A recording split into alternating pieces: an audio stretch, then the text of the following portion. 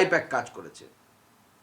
আমার প্রশ্ন তাহলে কোনটা, দুটোর মধ্যে তো একটা হতে হবে। পশ্চিমবঙ্গের মুখ্যমন্ত্রী কোনো একটি বেসরকারি সংস্থাকে বাঁচাতে গিয়েছেন, তৃণমূল অফিস তো না হয় ওটা, কোথাও তো আমরা দেখিনি রেজিস্ট্রেশন করা আছে তৃণমূল অফিসের নামে, না হয় তৃণমূল কংগ্রেস একটি ব্যবসা খুলেছে। কোনটা আজকে আমরা তৃণমূল কংগ্রেসের কাছ থেকে জানতে চাই। আর যদি বেসরকারি কোনো কোম্পানিকে মুখ্যমন্ত্রী বাঁচাতে যান এবং এইভাবে বাঁচাতে যান, মুখ্যমন্ত্রী সিকিউরিটি নিয়ে গেছেন কিনা জানা নেই। মুখ্যমন্ত্রীর পেছনে দেখলাম নন্দিতা চক্রবর্তী, সরি মাননীয়া নন্দিনী চক্রবর্তী, তিনি ঘুরে বেড়াচ্ছেন। কেন সিএস কেন যাবেন? আপনার কি ট্রেনিংটা কি ঠিক হয়নি নাকি আইএসএর? আপনি কি করতে পারেন কি করতে পারেন, একটা পার্টির অফিস যেটাকে মুখ্যমন্ত্রী ক্লেম করছেন যে এটা পার্টির অফিস, পার্টির অফিস বাঁচাতে গিয়ে আপনি মুখ্যমন্ত্রীর সাথে চিফ সেক্রেটারি যাবে? আমি তো নির্বাচন কমিশনকে বলবো এখন থেকে নোট নিয়ে রাখুন, এই চিফ সেক্রেটারি যদি থাকে তো তৃণমূল পার্টি অফিসে গিয়ে বাসন মাজবে এই চিফ সেক্রেটারি। এই চিফ সেক্রেটারি তো পদলেহন করতে এসছে, অদ্ভুত ব্যাপার। একজন চিফ সেক্রেটারি চলে যাচ্ছে বেসরকারি কোম্পানিকে বাঁচাতে। আমরা জানতে চাই যে এই কোম্পানির সাথে নন্দিনী চক্রবর্তীর সম্পর্ক কি, মমতা বন্দ্যোপাধ্যায়ের সম্পর্ক কি, মমতা বন্দ্যোপাধ্যায়ের পরিবারে কি শেয়ার কেনা আছে এই কোম্পানির? শেয়ার মার্কেটে আছে কিনা আমার জানা নেই, কিন্তু যদি থাকে তাহলে কি শেয়ার কেনা আছে? এই প্রশ্নের জবাব কিন্তু বাংলার মানুষ চাইছে। একটা গাড়িকেও ক্রমাগত আড়াল করার চেষ্টা করা হয়েছে, সম্ভবত 4টে গাড়ির নাম্বারটা যাতে না প্রকাশিত হয়, এটা আড়াল করার চেষ্টা করা হয়েছে। এর পেছনে কোনো রহস্য আছে? দেখুন, আমি আপনার এই প্রশ্নের উত্তরে একটু ইতিহাস টানতে চাই। মাননীয় মুখ্যমন্ত্রী যখন প্রথম মুখ্যমন্ত্রী হলেন 2011 সালে, তৃণমূলের দুটি গোষ্ঠীর মধ্যে গোষ্ঠীদ্বন্দ্ব হয়েছিল। উনি থানাতে গিয়ে পুলিশ মন্ত্রী হওয়া সত্ত্বেও পুলিশের ওপর চিৎকার করে অপরাধীদেরকে বের করে এনেছিলেন। তারপরে রাজীব কুমার তখন তার জন্য ধর্নায় বসেছিলেন। তারপরে ফিরহাদ হাকিম তার জন্য গিয়ে ইডির অফিসের সামনে ধর্নায় বসেছিলেন। আজকে দেখলাম ফাইল ছিনতাই করে নিয়ে চলে গেলেন। শুধু তাই নয়, তিনি একটি গাড়ি নিয়ে এসেছিলেন, সেই গাড়ির নাম্বার যাতে ক্যামেরার সামনে না পড়ে সেটা তৃণমূল কংগ্রেসের কোনো একজন বা পুলিশের কেউ এইভাবে দুহাত তুলে যিশুখ্রিস্ট হয়ে ওই নাম্বার ঢাকা দেওয়ার চেষ্টা করেছিল। আমি এটা বের করেছি, এটা হচ্ছে সেই গাড়ির নাম্বার যে গাড়িটা নিয়ে মুখ্যমন্ত্রীর ফাইল এসেছে আজকে, চুরি করা ফাইল। মুখ্যমন্ত্রীর ফাইল চুরি বা ছিনতাই বলা ভালো, এটা চুরি তো অজান্তে হয়। উনি ইডি অফিসারদের সামনে ফাইল ছিনতাই করে এসেছেন, ছিনতাই করে নিয়ে এসেছেন। পশ্চিমবঙ্গের মুখ্যমন্ত্রী যে ছিনতাইবাজ, এটা কিন্তু আমাদের জানা ছিল না। কিন্তু আজকের ঘটনা প্রমাণ করলো মুখ্যমন্ত্রী, মাননীয় মুখ্যমন্ত্রী পশ্চিমবঙ্গের, তিনি একজন পাকা ক্রিমিনাল। কিভাবে প্রমাণ লোপাট করতে হবে, নিশ্চয়ই যে ভদ্রলোক, সে পুলিশের লোক কিনা তৃণমূলের লোক আমার জানা নেই, গাড়ির নাম্বার, এই গাড়ির নাম্বার চাপা দেওয়ার চেষ্টা করেছিলেন। সেই ভদ্রলোক নিজের বুদ্ধিতে করেননি, মুখ্যমন্ত্রী তাকে বুদ্ধি দিয়েছিলেন। এইভাবে তথ্য প্রমাণ লোপাট করার বুদ্ধি তো ক্রিমিনালদের কাছে থাকে, সিজনড ক্রিমিনাল যাকে বলে। এবং আজকের এই ভবানীপুর কাণ্ড, যেটা আমি বললাম তৃণমূলের গোষ্ঠীদ্বন্দ্বের যে অপরাধীদেরকে পুলিশ অ্যারেস্ট করেছিল এবং মুখ্যমন্ত্রী তাদেরকে গিয়ে বের করে এনেছিল, এই সমস্ত ঘটনাগুলো পরপর প্রমাণ করছে মুখ্যমন্ত্রী, মাননীয় মুখ্যমন্ত্রী একজন সিজনড ক্রিমিনাল। এবং ভারতবর্ষের ইতিহাসে এই ধরনের অ্যাক্টিভিটি কোনো মুখ্যমন্ত্রী করেননি, কংগ্রেসের কোনো মুখ্যমন্ত্রী করেননি, বিজেপির তো করার কথাই আসে না। এই যে আজকে যে তথ্য আপনি যেটা বলছেন, তথ্য ছিনতাই করে নিয়ে যাওয়া হয়েছে কার্যত, তাতে ইলেকট্রনিক ডকুমেন্ট রয়েছে, তাতে জানা যাচ্ছে আরো অনেক এভিডেন্স রয়েছে, এইগুলো যে লোপাট হয়ে গেল, তাতে কোথাও একটা তদন্ত ব্যাহত হবে বলে আশঙ্কা? না, সে তো তদন্ত ব্যাহত হতেই পারে, সেটা ইডি বলতে পারবে, আমরা তো বলতে পারবো না। দেখুন, এটা ইডি এবং হচ্ছে আইপ্যাকের বিষয়, এর মধ্যে না বিজেপির ঢোকা উচিত না তৃণমূলের ঢোকা উচিত। কিন্তু হঠাৎ করে দেখলাম মুখ্যমন্ত্রী জাম্প দিয়ে তাতে পড়লেন। কোর্টের নাকি ইডি যাবে, আমরা যেটা মিডিয়ার মাধ্যমে জানতে পেরেছি, ইডি কোর্টে যাবে এবং এফআইআরও করবে। এই তাদের প্রেস রিলিজেও এটা আছে যে আমাদের স্ন্যাচ করে নিয়ে যাওয়া হয়েছে। তো ইডির যে বক্তব্য, এবং তারপরে আমরা ভিজুয়ালস দেখেছি, হ্যাঁ মুখ্যমন্ত্রী ফাইল নিয়ে বেরিয়েছেন। মুখ্যমন্ত্রী বা তৃণমূল কংগ্রেস নিশ্চয়ই কালকে ক্লিয়ার করবে ইডি কি তাদেরকে হাতে তুলে দিয়েছিল, না ইডি যেটা ক্লেম করছে যে মুখ্যমন্ত্রী ছিনতাই করে ফাইল নিয়ে গেছেন। তো আমাদেরও সামনে স্পষ্ট হওয়া উচিত না মাননীয় মুখ্যমন্ত্রী আমাদের কতটা বড় ছিনতাইবাজ। ইডির কাছ থেকে যিনি ছিনতাই করতে পারেন তিনি তো যেমন তেমন ছিনতাইবাজ নয়, আইএসআই মার্কযুক্ত ছিনতাইবাজ।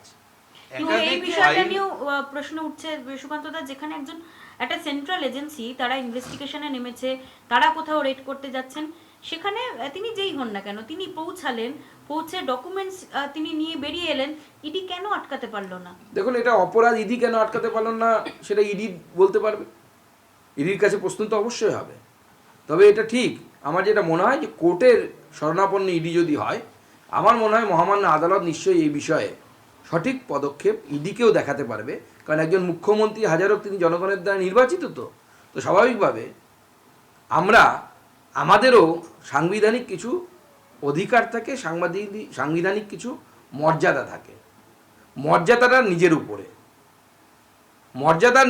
নিজের উপরে আমি আমার পদের মর্যাদা কতটা রাখবো সেটা কিন্তু আমার উপরে, অন্যরা আমার অধিকারটাকে বেশি গুরুত্ব দেবে, কিন্তু আমি আমার পদের মর্যাদা কতটা রাখবো সেটা আমার উপরে। আজকের পশ্চিমবঙ্গের মুখ্যমন্ত্রী গোটা বাংলার, ভারতবর্ষের গণতন্ত্রের, এটা যদি বিদেশে যায় এবং বিদেশি কোনো নিউজ চ্যানেল যদি এটাকে অ্যানালাইসিস করে, ভারতবর্ষের মান সম্মানটা কোথায় যাবে বলুন তো?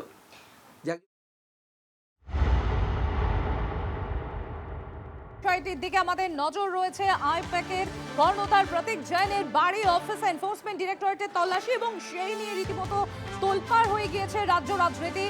যে খবরের দিকে আমাদের নজর রয়েছে, প্রতিটা আপডেট আমরা আপনাদের সামনে তুলে আনছি। এই মুহূর্তে যে ডেভেলপমেন্ট হয়েছে, আপনাদের যারা সল্টলেকে অফিস থেকে বেরোনোর সময় এনফোর্সমেন্ট ডিরেক্টরেটের গাড়ি ঘিরে ধরে বিক্ষোভ, এমনকি জয় বাংলা স্লোগান তৃণমূল কংগ্রেসের কর্মী সমর্থকদের, ইডিকে বিজেপি দালাল বলেও আক্রমণ করা হয়। একবার দেখাই আপনাদের সেই পরিস্থিতি। শান্ত রয়েছেন আমাদের সঙ্গে, আমি একবার শান্তর কাছে চলে যাবো। শান্ত, রীতিমতো সেই ছবি আমরা এই মুহূর্তে যে তুলে ধরছি দর্শকদের সামনে, রীতিমতো বিক্ষোভ দেখানো হয়, বিজেপি দালাল বলা হয়, কি অবস্থা এখন ওখানকার?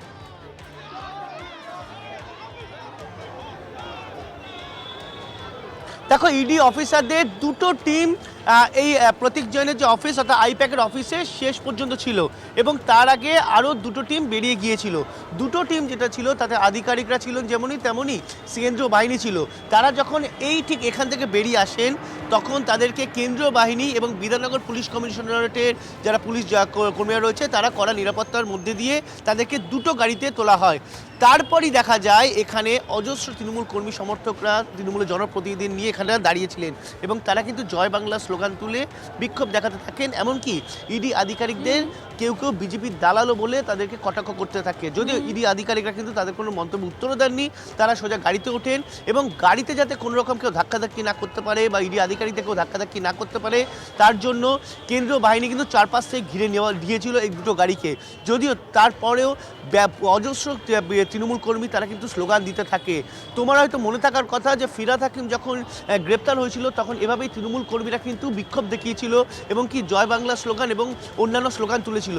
সেই প্রভাবশালী তত্ত্বেই কিন্তু ফিরহাদ হাকিম দিনের পর দিন আটকে গিয়েছিল, জামিন পায়নি।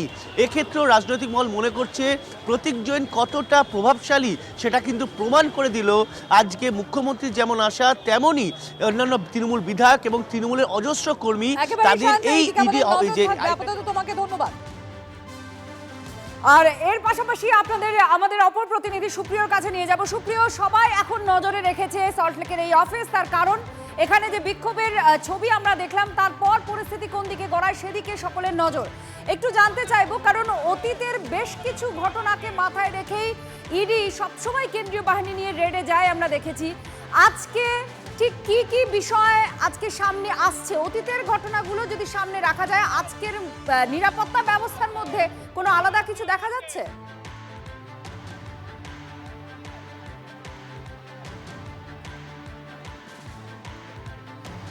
দেখো, কেন্দ্রীয় বাহিনীর জওয়ানদের সঙ্গে নিয়েই কিন্তু একেবারে সকাল 6টা থেকে 6টা 6:30 থেকে তল্লাশি অভিযান শুরু হয়, এবং যে প্রত্যেকটি জায়গাতে আজকে কলকাতা সহ যে 6টি জায়গাতে এ রাজ্যের তল্লাশি অভিযান চলছিল এই কয়লা দুর্নীতি মামলাকে সামনে রেখে, যে বেআইনি লেনদেন সংক্রান্ত বিষয়কে সামনে রেখে, সব জায়গাতেই কিন্তু সেন্ট্রাল ফোর্স সঙ্গে নিয়েই একেবারে এনফোর্সমেন্ট ডিরেক্টরেটের আধিকারিকরা তারা তল্লাশি অভিযান চালিয়েছেন।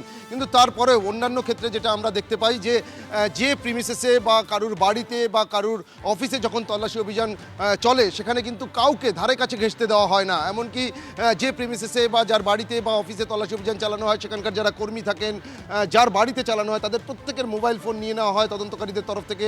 এমনকি বাইরে থেকে কাউকে ভেতরে প্রবেশ করতে দেওয়া হয় না, ভেতর থেকে যতক্ষণ তল্লাশি শেষ না হয় বাইরে কাউকে বেরোতে দেওয়া হয় না। কিন্তু আজকের এই তল্লাশিতে যেটা তাৎপর্যপূর্ণভাবে দেখা গেল, একেবারে প্রতীক জৈনের যে বাড়ি শেক্সপিয়ার সরণি থানা এলাকায়, সেখানে মুখ্যমন্ত্রী মমতা বন্দ্যোপাধ্যায় তিনি সশরীরে নিজে পৌঁছে গেছিলেন।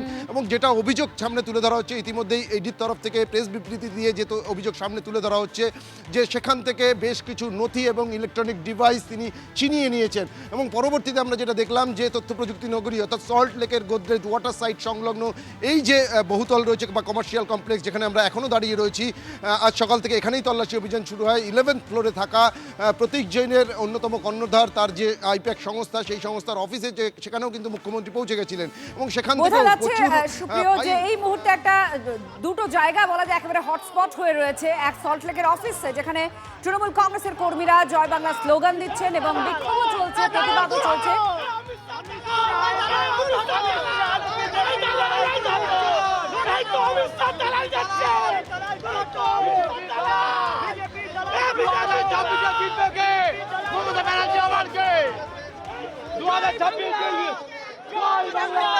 যেভাবে তারা আজকে হামলা করলো, তারা হার্ড ডিস্ক এবং ল্যাপটপ যেভাবে তারা হাতিয়ে নিল, ইডির অফিসাররা যেভাবে, বিজেপির দালালরা যেভাবে কাজ করতে, আমরা তৃণমূল কংগ্রেসের কর্মী। কেন দেখাবো না? আজকে দিনের পর দিন এসআর, আজকে ভোট আসলে পরে, আজকে নোটবন্দি, আজকে সিবিআই, কালকে ইডি, এইসব চলবে না। এটা বাংলা, এটা বাংলা, জয় বাংলা। আমি মুখ্যমন্ত্রীর যাওয়া, সিপি যাওয়াটাকে মনে করি অনৈতিক, অসাংবিধানিক। কেন্দ্রীয় সংস্থার তদন্তে সরাসরি বাধা দান মুখ্যমন্ত্রী এর আগেও করেছেন, রাজীব কুমারের বাড়িতে রেড হওয়ার সময়, এবং তিনি 5 ঘন্টা ধর্ণা দিয়েছেন নিজাম প্যালেসে। আপনার যখন ফিরহাদ হাকিম সহ বেশ কয়েকজনকে গ্রেপ্তার করেছিল, এটা মুখ্যমন্ত্রীর অভ্যাসের মধ্যে পড়ে। কিন্তু কেন্দ্রীয় তদন্তকারী সংস্থা তার যে সাংবিধানিক অধিকার আছে, সেই অনুযায়ী যদি এই তৃতীয়বারেও এই মুখ্যমন্ত্রী এবং সিপির বিরুদ্ধে ব্যবস্থা না নেন, তাহলে কিন্তু পশ্চিমবাংলায় ভুল বার্তা যাবে। এবং ইডি নিশ্চয়ই তার ক্ষমতা বলে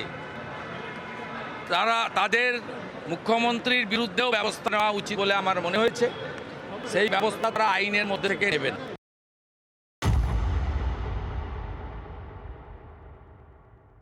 দেখুন, কয়লা তদন্তে ইডির অভিযান এবং এই অভিযান চলাকালীনই মুখ্যমন্ত্রী মমতা বন্দ্যোপাধ্যায় তিনি আইপ্যাকের কর্ণধারের বাড়িতে পৌঁছে গেলেন। এখানেই শেষ নয়, তিনি সেখান থেকে সরাসরি সল্টলেকের যে অফিস, সেখানে তিনি চলে এলেন। এই বিষয়ে কথা বলে নেব। আমাদের সঙ্গে রয়েছেন আমাদের চিফ রিপোর্টার সিজার মন্ডল। সিজার, এর আগেও আমরা দেখেছি কেন্দ্রীয় এজেন্সির বিরুদ্ধে মুখ্যমন্ত্রী মমতা বন্দ্যোপাধ্যায় রুখে দাঁড়িয়েছেন, কিন্তু এবারে যখন তিনি রুখে দাঁড়ালেন, ঠিক তখনই কড়া বিবৃতি কিন্তু ইডির আধিকারিকরা তারাও দিয়ে দিলেন। একদমই, কারণ এর আগে এই ধরনের ঘটনা, আজকের ঘটনা বাকি এর আগের যে ঘটনা তার সঙ্গে কিন্তু মিল থাকলেও অমিলটাও রয়েছে। তার কারণ এর আগে আমরা দেখেছি সারদা তদন্তের সময় রাজীব কুমারের বাড়িতে যখন সিবিআই আধিকারিকরা পৌঁছন, সেই সময় মুখ্যমন্ত্রী ধর্নায় বসেছিলেন 2019 সালে। পরবর্তীতে 2021 সালে নারদা মামলায় যখন ফিরহাদ হাকিমদের গ্রেপ্তার করা হয়েছিল, সেখানে নিজাম প্যালেসে তিনি 5 ঘন্টারও বেশি সেই সময় ধর্না দিয়েছিলেন। 2023 সালে অভিষেক বন্দ্যোপাধ্যায়কে কয়লা তদন্তে যখন সিবিআই তার বাড়িতে গিয়ে জিজ্ঞাসাবাদ করে, সেই সময় তিনি সেখানে যান এবং অভিষেক বন্দ্যোপাধ্যায়ের সন্তানকে সেই সময় বাড়ি থেকে নিয়ে আসেন। কিন্তু সেটার সঙ্গে আজকের ঘটনার কিন্তু অনেকাংশে পার্থক্য রয়েছে। তার কারণ এখানে তার বিরুদ্ধে অভিযোগ তদন্তে বাধা দেওয়া খালি নয়, তদন্তের অন্যতম গুরুত্বপূর্ণ একাধিক ইলেকট্রনিক ডিভাইস এবং ফিজিক্যাল কপি অর্থাৎ হার্ড কপি, বিভিন্ন তদন্তের যে প্রামাণ্য নথি, সেই নথি ছিনতাই করে নিয়ে আসেন। অর্থাৎ বাধা দেওয়া পর্যন্ত এর আগেও বিভিন্ন সময় তাকে বাধা দেওয়া, সেখান থেকে সংঘাত তৈরি হয়েছে, সেই নজির রয়েছে। কিন্তু আজকেরটা বেনজির এই কারণে, কোনো ভারতবর্ষের কোনো রাজ্যের মুখ্যমন্ত্রী তো একটা তল্লাশি চলাকালীন সেখানে গিয়ে সেখান থেকে নথি ছিনিয়ে আনছেন, এরকম অভিযোগ কারোর বিরুদ্ধে এখন পর্যন্ত ওঠেনি। আজকে কিন্তু এনফোর্সমেন্ট ডিরেক্টরেটের তরফ থেকে সেই অভিযোগে একেবারে সরকারিভাবে প্রেস বিজ্ঞপ্তি দিয়ে জানানো হলো এবং পাশাপাশি তারা হাইকোর্টেও সেই একই অভিযোগ নিয়ে হাইকোর্টের দ্বারস্থ হলেন। একেবারেই, এবং আপনাদেরকে আরো একবার জানাই, আজ সকাল থেকেই যখন কয়লা তদন্তে ইডির অভিযান চলছে, তল্লাশি চলাকালীন সল্টলেকে আইপ্যাকের কর্ণধারের বাড়ির এবং অফিসে সেখানে পৌঁছে যান মমতা বন্দ্যোপাধ্যায়। ইডির বিরুদ্ধে দলের তথ্য নির্বাচন স্ট্র্যাটেজি নিয়ে যাওয়ার অভিযোগে সরব হন মুখ্যমন্ত্রী। সল্টলেকে আইপ্যাকের অফিসের বেসমেন্ট থেকে রাজ্য জুড়ে প্রতিবাদের কর্মসূচির ঘোষণা করেন মমতা বন্দ্যোপাধ্যায়। এর আগেও একাধিকবার এজেন্সির বিরুদ্ধে তিনি রুখে দাঁড়িয়েছেন। সেই ছবিগুলো পরপর আপনাদেরকে দেখাচ্ছি। 3রা ফেব্রুয়ারি 2019 সালের ছবিটা দেখুন, 2021 সালের ছবি এবং নিজাম প্যালেসে 2021 সালের 17ই মে, পরপর 3টে ছবি আপনাদেরকে দেখাচ্ছি এবং 3 ক্ষেত্রেই মমতা বন্দ্যোপাধ্যায়কে দেখতে পেয়েছি আমরা। কেন্দ্রীয় এজেন্সির বিরুদ্ধে সুর চড়িয়েছেন তিনি বারবার। ইডি অতিরিক্ত সক্রিয়, আর এই অভিযোগ নিয়ে এবার আদালতে যাচ্ছে তৃণমূল কংগ্রেস। আমরা এই বিষয় নিয়ে কথা বলবো, জানবো বিস্তারিতভাবে। শ্রাবন্তী আমাদের সঙ্গে রয়েছেন। শ্রাবন্তী, ইডির বিরুদ্ধে অতি সক্রিয়তার অভিযোগে এবার যে তৃণমূল কংগ্রেস আদালতে দ্বারস্থ হচ্ছে, কি জানা যাচ্ছে এই বিষয় নিয়ে? মূলত অতি সক্রিয়তার পরিপ্রেক্ষিতে কি বলা হচ্ছে তাদের অভিযোগে?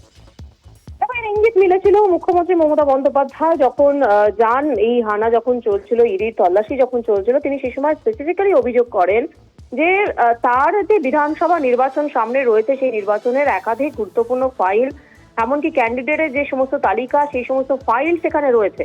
ফলে কার্যত তৃণমূল কংগ্রেসের নিজস্ব একটা ক্ষতি দেখিয়ে যে এখানে কিভাবে হঠাৎ করে তল্লাশি ইত্যাদি জানিয়ে তারা যে মামলা করবে, সেটার একটা ইঙ্গিত পাওয়া গেছিল। আজকে বিচারপতি শুভ্রা ঘোষের এজলাসে তারা মামলা দায়ের করার অনুমতি চান, বিচারপতি সেই অনুমতি দিয়েছেন। সেখানে তারা ইডির অতি সক্রিয়তা কথা উল্লেখ করেছেন। যেটুকুনি আমরা খবর পাচ্ছি যে যেহেতু সাধারণভাবে নির্বাচনের সময় এর আগেও তারা বারবার বলেছে যে এই সমস্ত এজেন্সি, সেটা সিবিআই হোক, সেটা ইডি হোক, তারা বেশি সক্রিয়তা দেখায়। হঠাৎ করে এই নির্বাচনের আগে কেন এই অতি সক্রিয়তা, সেই প্রশ্ন তারা আগামীকাল রাখবেন। একদিকে যেরকম ইডির মামলার শুনানি হবে এই একই এজলাসে, তৃণমূল কংগ্রেসও তাদের পাল্টা যুক্তি সওয়াল রেডি করবে সেই এজলাসেই। ধন্যবাদ। শ্রাবন্তী আমাদের প্রতিনিধির সঙ্গে ছিলেন। সেই বিচারপতি শুভ্রা ঘোষের এজলাসেই এই মামলা, কালকে শুনানির সম্ভাবনা রয়েছে।